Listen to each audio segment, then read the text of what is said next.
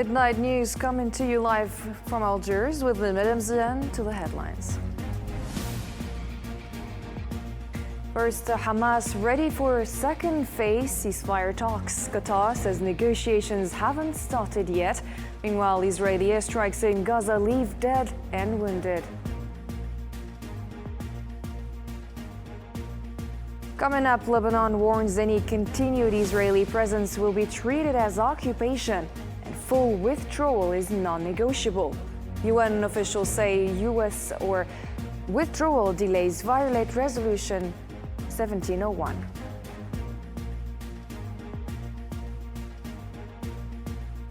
Also tonight, the Sahrawi government condemns the French culture minister's visit to the occupied territories. Algeria confirms it's a move that necessitates condemnation and reflects solidarity among colonial powers.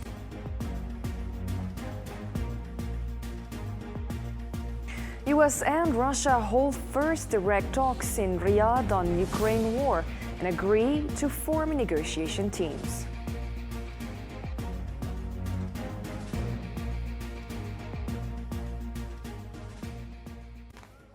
Hello and welcome again to the details of our program. First, in our news file, the head of the Islamic resistance movement Hamas in Gaza and the head of its negotiating delegation, Khalil al-Hayya, stated that the movement is ready to immediately engage in the second phase negotiations of the ceasefire agreement.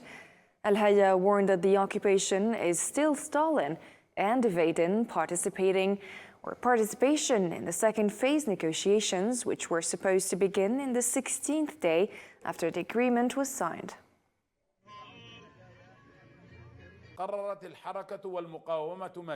The movement and the resistance have decided the following. First, to hand in 4 bodies of the occupation hostages on Thursday, February 20th, including bodies from Biba's family. To release next Saturday, February 22nd, the remaining alive hostages of the occupation, agreed on their release in the first phase, and their number is 6, including hostages Hisham Assayed and Avera Mengistu.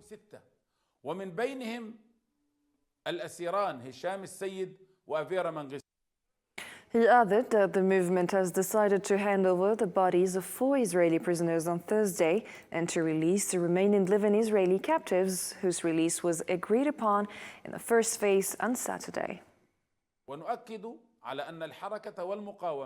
We confirm that the movement and the resistance are ready to immediately engage in negotiations for Phase 2, which is a complete ceasefire, and to achieve sustainable calm and the complete withdrawal of the forces of the occupation from Gaza Strip, and to achieve the second phase of the hostage exchange deal all at once, and we're ready to agree on it all at once. ونحن جاهزون للاتفاق عليها رزمة واحدة.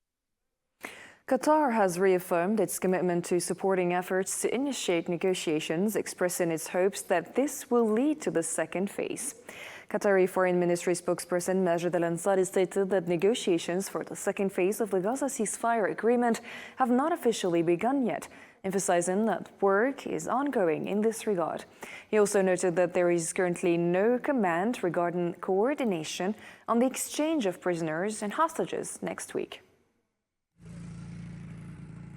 We are working towards implementing the agreement as it was signed, which means that by the 42nd day, we hope that we can move to the second phase. Obviously, the negotiations over the second phase have not yet started, and we are pushing with our partners in the mediation to make sure that they start as soon as possible. Al-Ansari emphasized that developments on the ground affect Gaza ceasefire talks, reaffirming Qatar and its allies' rejection of any displacement or settlement without Palestinian rights. نحن قلنا من اليوم We have said from day one that making humanitarian aid a bargaining tool in these negotiations is a crime in itself. Today we also reiterate our call for the full opening of aid in the Gaza Strip.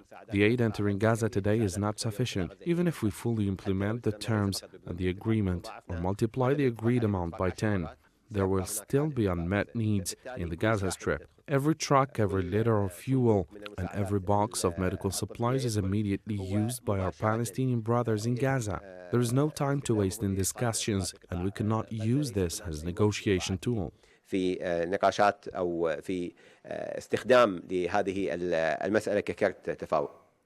A Palestinian woman, Salima Abu Sha'ban, succumbed to her injuries sustained during the genocide in Gaza, while 3 others were wounded by Israeli gunfire east of Rafah in the southern strip. According to local Palestinian sources, the injuries occurred when Israeli forces opened fire east of Ashoka near Rafah.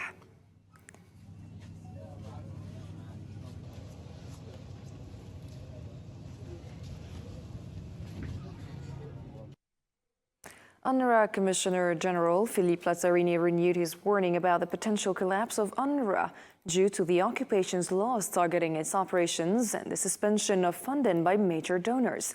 Lazzarini stated that the collapse of the agency would create a dangerous vacuum in the provision of basic services, which would pave the way for exploitation and extremism, posing a threat to peace and stability both in the region and beyond.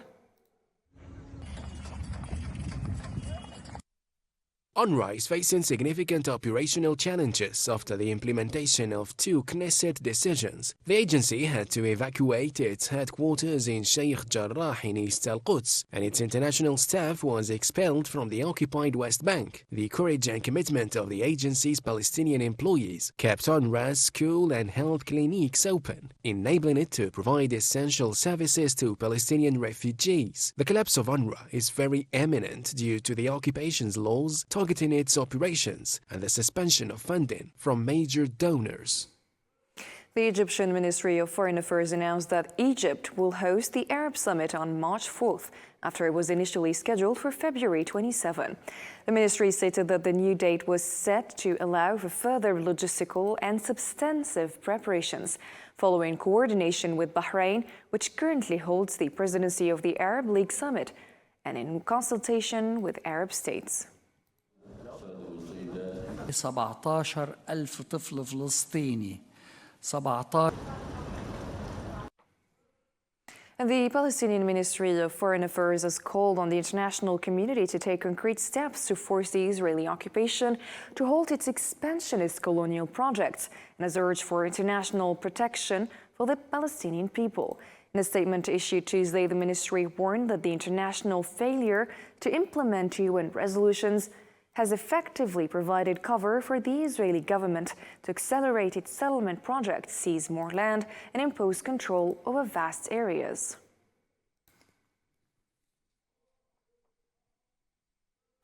The Commission for Wall and Settlement Resistance has warned of a systematic plan by the Israeli occupation to take control of the occupied West Bank. In a press statement on Tuesday, Mu'ayyid Sha'ban, head of the Commission, condemned the latest settler attack on the village of Susiya and Masaferiyata, noting that it was not the first such attack this month. He emphasized that this escalation is part of a broader surge in assaults, particularly in the northern Jordan Valley and southwest of Nablus.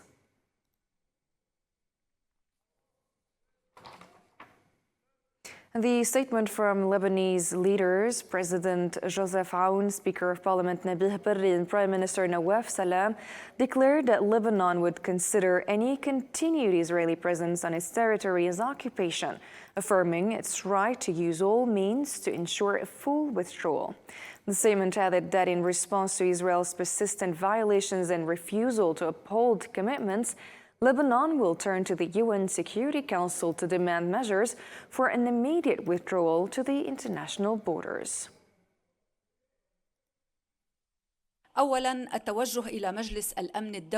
First, to refer to the United Nations Security Council, which approved Resolution 1701, and to urge it to take the necessary measures to address Israeli violations and compel Israel to immediately withdraw to the international borders in accordance with the UN resolution. Second, to consider any Israeli presence on even a single centimeter of Lebanese territory as an occupation, with all the legal implications that this entails under international law. In conclusion, the participants reaffirm Lebanon's full national rights and its sovereignty over all its territory. They also emphasize Lebanon's right to use all means to secure the withdrawal of the Israeli enemy. The United Nations stated that on Tuesday that any delay in the withdrawal of the Israeli occupation army from southern Lebanon beyond the deadline set by the ceasefire agreement constitutes a violation of UN Security Resolution 1701. In a joint statement, UN Special Coordinator for Lebanon, Janine Hennis-Plasschaert, and UNIFIL Force Commander General Aroldo Lazaro warned that any further delay contradicts international law and represents an ongoing violation of Resolution 1701.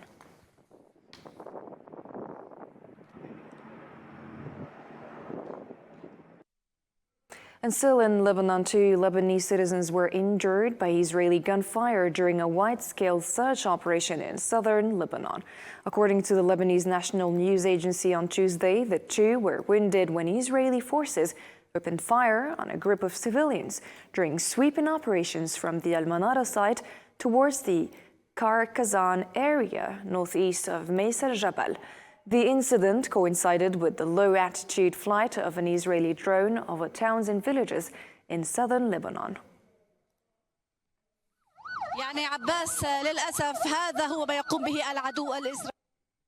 And now we turn to North Africa, where the Sahrawi Arab Democratic Republic strongly condemned the illegal visit of French Culture Minister Rachida Dati to occupied Sahrawi cities. In a statement, the Sahara Ministry of Culture denounced France's attempt to support and legitimize Morocco's illegal occupation of Western Sahara, calling them futile. The statement emphasized that the Sahrawi people will not accept occupation, whether by force or through political and cultural maneuvers, and will continue their struggle for full liberation and sovereignty. The Algerian Foreign Ministry stated that the visit by a member of the French government to Western Sahara is a serious matter that necessitates condemnation. In a statement, the ministry emphasized that this visit reflects a disregard for international legitimacy by a permanent member of the UN Security Council. The visit by a member of the French government to Western Sahara is extremely serious and warrants condemnation on multiple levels. It reflects a blatant disregard for international legitimacy by a permanent member of the UN Security Council. Moreover, this visit contributes to entrenching Morocco's de facto control over Western Sahara, a territory whose decolonization process remains incomplete and whose people have yet to exercise their inalienable and non-expiring right to self-determination.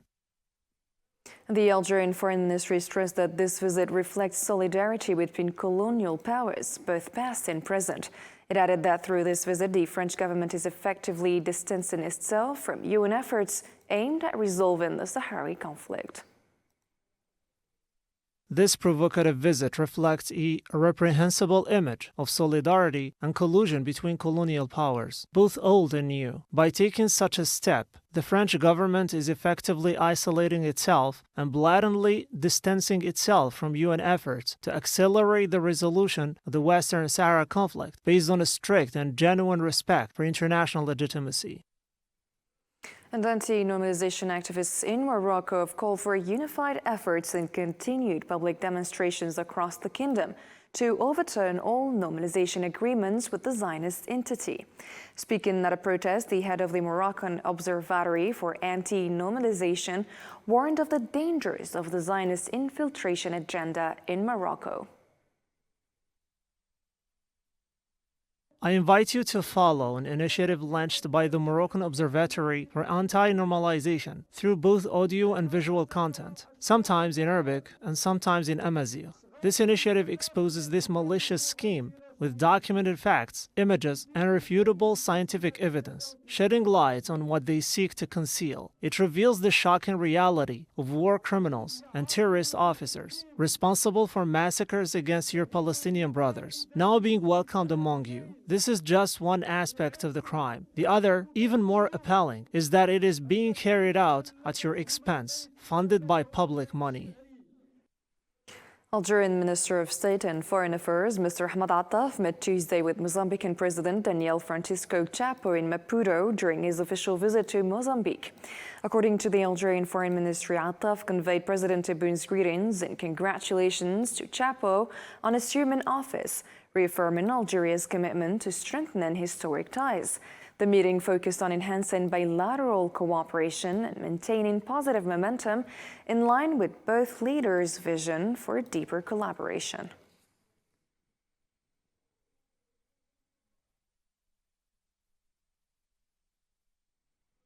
And after a meeting with Mozambique's President, Algerian Minister of State, Foreign Minister Ahmed Attaf praised Algeria-Mozambique cooperation in the UN Security Council and acknowledged the progress in bilateral relations. And I have been sent by the President of my country to Mozambique for three main objectives. The first one was to thank very much Mozambique for its help during the last elections in the African Union, and also to express to the President, Daniel Chapo, how proud we were to work with Mozambique in the Security Council and thus achieving very high level of perfection in serving the African Union and the African causes. I told him also that we were highly appreciative of the way our bilateral relations are progressing in all the priority areas that we have identified together. Minister Ahmed Attaf stated that his messages to Mozambique open new avenues for cooperation, noting Africa's challenges, particularly Security Council membership and better representation in global financial institutions. And finally, I had a third message, a message of consultation between Mozambique and Algeria on the main challenges facing Africa. And I mean by these challenges our membership of the G20, the building of the African Free Trade Organization, the ownership of the peace missions in Africa, the Security Council membership of Africa, and also our aspiration to a better representation of Africa within the financial and banking institutions. So as you say, the messages were very substantive, and they are promising for the future. They are opening bright prospects for the relations between Mozambique and Algeria, a relation that is mainly based on the certain values that we share, the values of justice, values of freedom, and the value of cooperation with a view of making Africa enjoy the rightful place it deserves within the international community. And as part of his official visit to Mozambique, Algerian Minister of State and Minister of Foreign Affairs Ahmed Attaf held a working session today in Maputo with Mozambican Minister of Foreign Affairs Maria Manuela dos Santos Lucas. According to a statement from the Algerian Foreign Ministry, the talks focused on preparations for the 6th session of the Joint Governmental Committee and ways to maximize the benefits of this bilateral mechanism to achieve greater positive outcomes in strengthening relations between the two countries. The discussions particularly emphasized cooperation in defense, security, energy, agriculture, trade, and media. The Minister of State, Minister of Foreign Affairs, National Community Abroad and African Affairs, Mr. Ahmed Attaf, paid on Tuesday a courtesy visit to former President of Mozambique and Honorary President of the International Association of Friends of the Algerian Revolution, Mr. Joaquim Alberto Chissano, at the end of his official visit to the Republic of Mozambique. On the occasion, Mr. Attaf conveyed to Mr. Joaquim Alberto Chissano the fraternal greetings of the President of the Republic, Mr. Abdelmajid Tebboune, as well as his sincere wishes for health and well-being.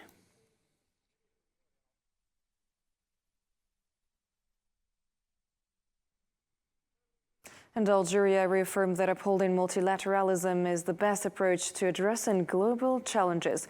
Algeria's Secretary of State for African Affairs and the Foreign Ministry, Selma Bkhta stated in a speech at a high-level UN Security Council session on multilateralism, reform, and global governance that rising international tensions make reforming the multilateral system an urgent necessity that cannot be delayed.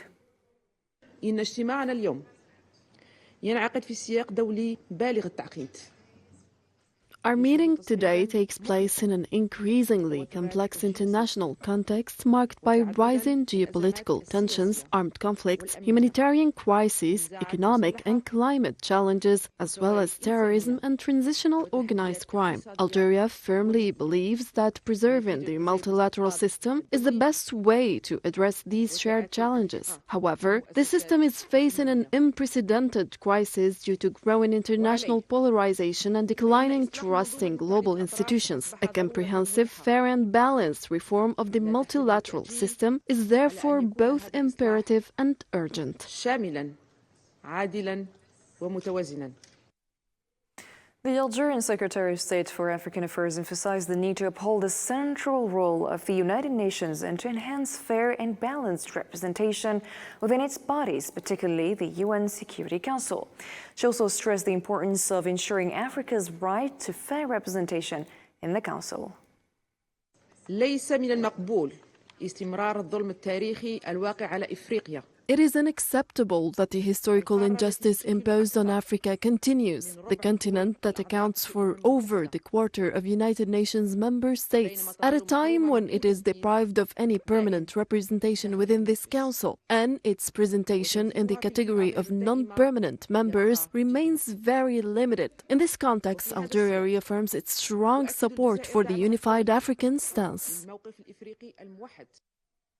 Algeria announced the opening of a new air cargo route for exports between Algeria and Saudi Arabia. This was revealed by the Algerian Minister of Foreign Trade during the opening of an informational day titled Ministerial Joint Action as a Pillar of Export Support. He stated that the launch of this new air route with Saudi Arabia reflects the Algerian authorities' commitment to providing practical support to economic operators active in exports. In implementation of the instructions of the President of the Republic providing for the increase of national exports through collaborative fieldwork, the executives of both ministries held technical and consultative meetings aimed at identifying the exact status of exports, finding innovative solutions, and implementing them on the ground. In a nutshell, a new airline was opened between Algeria and the Kingdom of Saudi Arabia to transport goods destined to exportation. And negotiations in the war in Ukraine seem to be progressing rapidly towards realization. Following talks hosted in Saudi Arabia, in Riyadh, Washington and Moscow announced their intention to appoint high-level teams to seek to end the war and establish a diplomatic channel to resolve bilateral issues. Meanwhile, the Ukrainian president stated that his country is not at all concerned with these Saudi talks. Nabil Khazini has more. In a major development toward potentially finding common ground to end the war in Ukraine, the United States and Russia held their first talks since the conflict began. The meeting, which took place on Tuesday in Riyadh, Saudi Arabia, stretched over nearly 5 hours. While the discussions were intense, Russia remained steadfast in its demands, especially its position to Ukraine joining NATO. Despite the stark differences, both sides did agree to set up high-level negotiating teams aimed at exploring a possible settlement and clearing diplomatic hurdles. Sergei Lavrov, Russia's foreign minister, indicated that Moscow feels the United States now has a clearer understanding of its position. The conversation was, I believe, very useful. We did not just listen, but we heard each other. And I have reasons to believe that the American side has become more aware of our position, which we have once again set out in detail and with concrete examples, based on President Putin's public speeches. On the other hand, U.S. Secretary of State Marco Rubio hinted that the relationship between the two countries could improve once the Ukraine issue is resolved. I came away today convinced that they are willing to begin to engage in a serious process to determine how and how quickly and through what mechanism can an end be brought to this war. Whether we can ultimately reach that outcome will obviously depend on every side in this conflict's willingness to agree to certain things. However, Ukrainian President Volodymyr Zelensky made it clear earlier this week that Kiev would not recognize any peace agreement that doesn't involve them. While it might look as a positive sign that the United States and Russia are talking, analysts suggest that real progress on a peace deal will require much more than just negotiations between the two powers, and that this could be the first step in what will likely be a long and difficult road to ending the war. Ladies and gentlemen, our program has come to an end. Our platforms and news websites remain available around the clock. Thank you for watching and have a great night.